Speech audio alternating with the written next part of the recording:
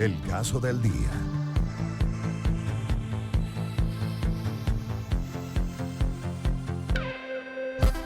En Puntos Cardinales.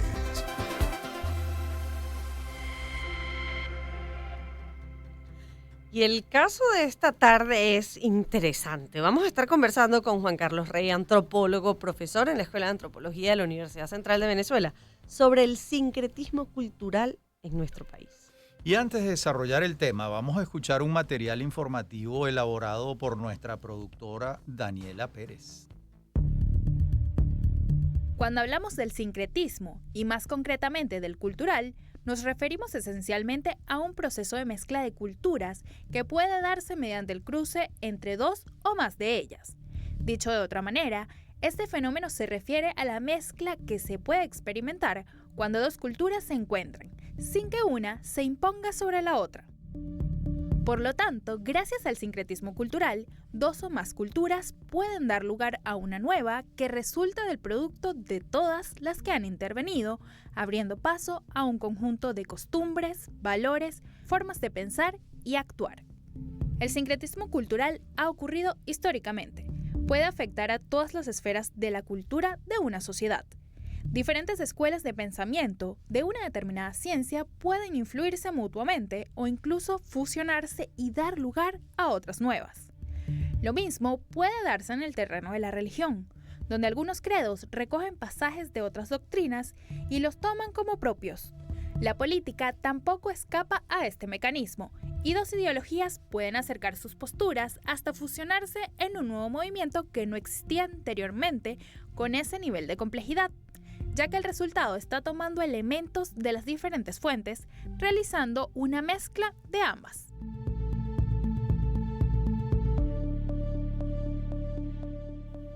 Bueno, muchísimas gracias a Daniela por servir la mesa para esta conversación con Juan Carlos Rey, antropólogo, profesor en la Universidad Central de Venezuela. Bienvenido, profesor Rey, un gusto inmenso conversar con usted. Buenas tardes, Lila. Buenas tardes, Rafael. Es un placer para mí estar aquí con ustedes y poder conversar de estos temas. Muchas gracias, profesor Rey. ¿Cómo podemos ver el sincretismo en una plaza caraqueña, por ejemplo? Si nos damos un paseo por la Plaza Brión de Chacaíto, ahí está el sincretismo. Mira, en toda Venezuela está el sincretismo. Nosotros realmente somos un país sincrético. Sin embargo, a veces cuando hablamos de cultura, yo creo que en el micro está bastante bien expresado, pero a veces cuando pensamos coloquialmente en la cultura, pensamos en eso característico, que es muy visible, quizás en las manifestaciones culturales, las formas de vestir, pero realmente la cultura es mucho más allá. Eso es solamente la punta del iceberg.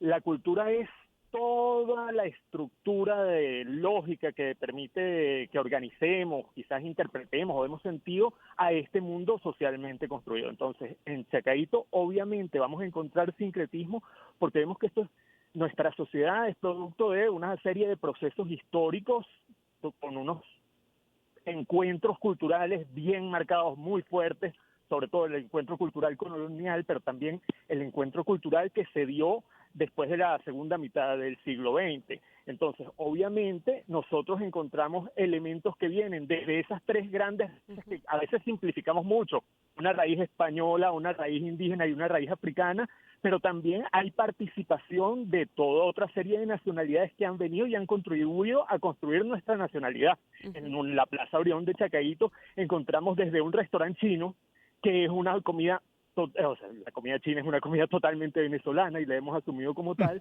pero también encontramos una arepa al lado. Entonces, ahí está expresado perfectamente nuestro sincretismo. Pero además una de las cosas interesantes es que esto no se circunscribe a un momento o un espacio determinado, esto va cambiando y se va alimentando, está vivo y va cambiando en el tiempo. Y terminan resultando normales o asumimos o integramos como parte de nuestra cultura estas cosas que se han ido incorporando, que quizás alguien de otro país lo ve y le resulta llamativo que alguien tenga una estampita de José Gregorio Hernández, cargue un rosario, pero cruce los cuchillos para que no llueva y crean las ánimas de Tapatapa. Exactamente. Lo que pasa es que a veces la cultura es muy tramposa. Digamos, la cultura presenta una ficción de ancestralidad, de permanencia, pero realmente las culturas son dinámicas. Entonces, el diálogo entre sociedades con diferentes culturas, que puede ser un diálogo totalmente armónico, pero también un diálogo conflictivo, ojo, porque no vamos a decir que todo el proceso colonial en Venezuela fue un proceso armónico, también hubo mucho conflicto. Ese diálogo cultural genera nuevos marcos de concepción, nuevos marcos estructurales para construir sociedades, pero que son marcos que de alguna manera generan una ficción de ancestralidad. Es decir, esto que decíamos, la estampita o las ánimas o cruzar los cuchillos, entendemos que eso lo hacía mi abuela, eso lo hacía mi bisabuela y más allá. Claro. Pero entonces eso es como una idea de que esto ha sido siempre así, pero realmente si hacemos una revisión histórica hay construcción, esto se crea, pues la cultura se recrea. Y además hay una tendencia, Juan Carlos, a pensar que esto es algo que pasó antes. No, volvamos a la Plaza Brión de Chacaíto. Sí. Tú vas caminando por allí y en un kiosco están oyendo música llanera y en el de al lado suena un reggaetón. El reggaetón es recientísimo. ¿Me explico? Claro, y además tampoco podemos entender que el sincretismo es algo que llega hacia acá. Vamos a usar el ejemplo del reggaetón. Cómo el reggaetón se ha ido masificando en el mundo. Claro, obviamente el mundo de hoy día es un mundo totalmente interconectado, los espacios se acortaron con las nuevas tecnologías de las comunicaciones y no es el mundo del siglo XVI donde quizá cuando llegaba o viajaba algún tipo de música española y llegaba acá, tardaba mucho en asentarse. Hoy día la música, bueno, es internacional. Alguien está sacando un tema aquí, hoy lo monta en Spotify y en cualquier plataforma y está en todo el mundo tiene acceso, ¿no? Bueno, claro. Sin ir muy lejos, el K-pop tiene club de fans aquí que cantan en perfecto coreano sin saber qué están diciendo, ¿no? Profesor Rey y Lila, hace poco entrevistamos cuando estábamos en el otro programa a unas personas que se reúnen en hoteles disfrazados de comiquitas japoneses. Ah, también. Y eso pasa aquí. Y eran como 500 personas. O sea, realmente que el sincretismo a través de los medios de comunicación en el mundo de hoy es muy distinto. Sí, sin embargo, yo quisiera que aquí no caer en el peligro de interpretar que entonces, como las culturas son dinámicas, claro, y los flujos culturales son libres, tarde o temprano todos seremos un gran café con leche mezclado cultural.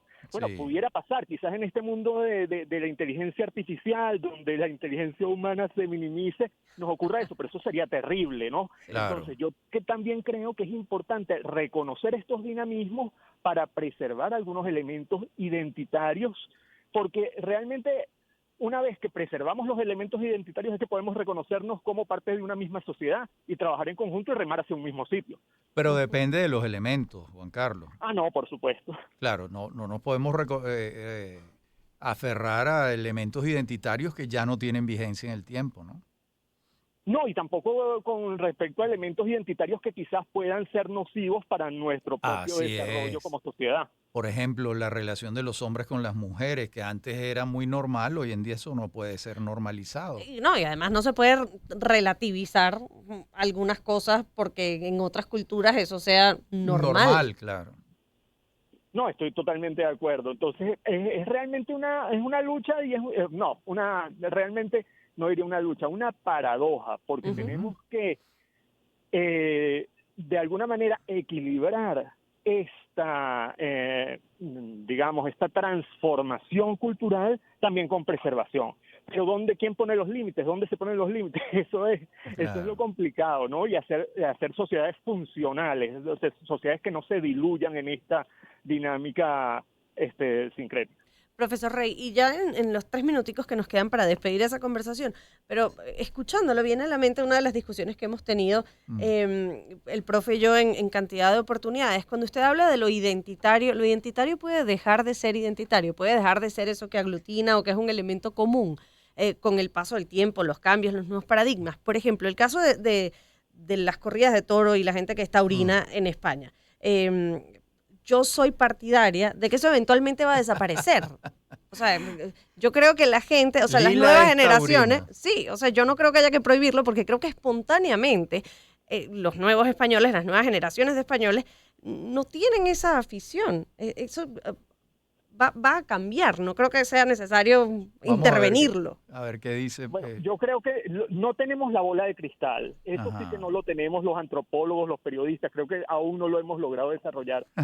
Pero pudiera pasar. O sea, obviamente hay elementos culturales que desaparecen. Ujú. El problema es cuando queremos imponer a la fuerza la desaparición de un elemento cultural. Y ahí sí generamos conflictos sociales fuertes, porque también, si bien estos elementos el sincretismo puede crearse a partir de un diálogo y una relación, digamos, positiva, también se puede imponer a partir de una relación conflictiva. Pero, por Ahora, ejemplo, para no irnos lejos, Lila, Ujú. lo mismo que estás diciendo sobre las corridas de toros se puede decir de los toros coleados.